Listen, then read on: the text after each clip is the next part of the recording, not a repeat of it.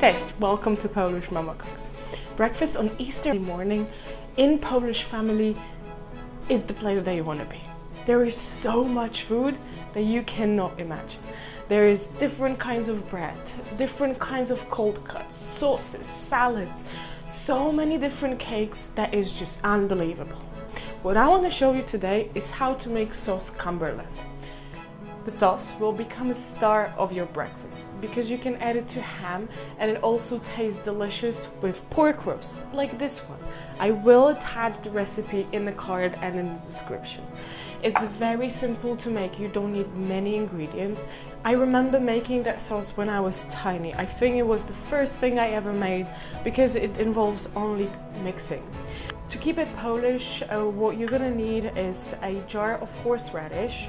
That one is specific type and I love it, but you can use whatever you want. A jar of cranberries, those are homemade, and 2 oranges. So first thing you want to do is wash the oranges and then start to squeeze the juice out of them. As you can see, I do get a bit of help today. I have today my own personal orange juice squeezer.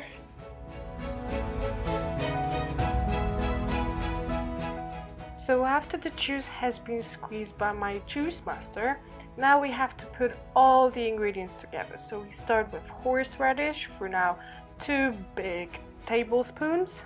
Next I'm gonna add cranberries, 2 big tablespoons, mix it all well. Horseradish is quite spicy and tart in the same time, so I need the cranberries to break that spiciness. And also I'm gonna add orange juice, all cup that we squeeze. So I find that every horseradish is a bit different, so make sure that you try the sauce during the making process so it's where you want it. Next I'm gonna add a bit of pepper and zest a bit of orange. I'm gonna mix it all well and then try it one more time to make sure that it's perfect.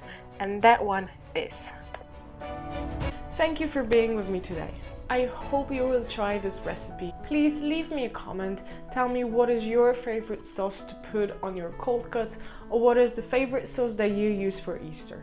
For more Polish and sometimes not so Polish recipes, please consider subscribing.